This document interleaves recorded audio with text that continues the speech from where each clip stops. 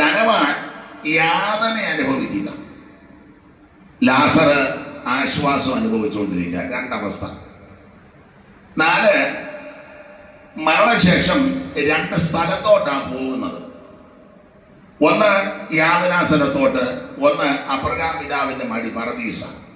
5, അങ്ങോട്ട് പോകാനുള്ളതിന്റെ വ്യവസ്ഥ എന്ന് ചോദിച്ചാൽ മുമ്പേ ഓർപ്പിച്ചല്ലോ, ധനവാൻ പറയുകയാ ലാസറിനെ ഇങ്ങോട്ട് വിടണം, ഒക്കത്തില്ല.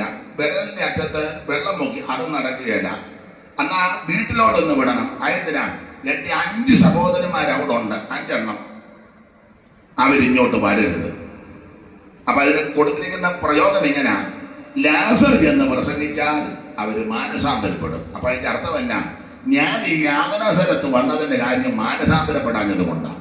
അപ്പോൾ എനിക്ക് ഓർമ്മിപ്പാനുള്ളത്, യേശു ക്രിസ്തുവിനെ രക്ഷിതാവായി സ്വീകരിക്കണം. കണ്ണടയ്ക്കുന്നതിന് മുമ്പ് യേശുവിനെ രക്ഷിതാവായി സ്വീകരിക്കണം.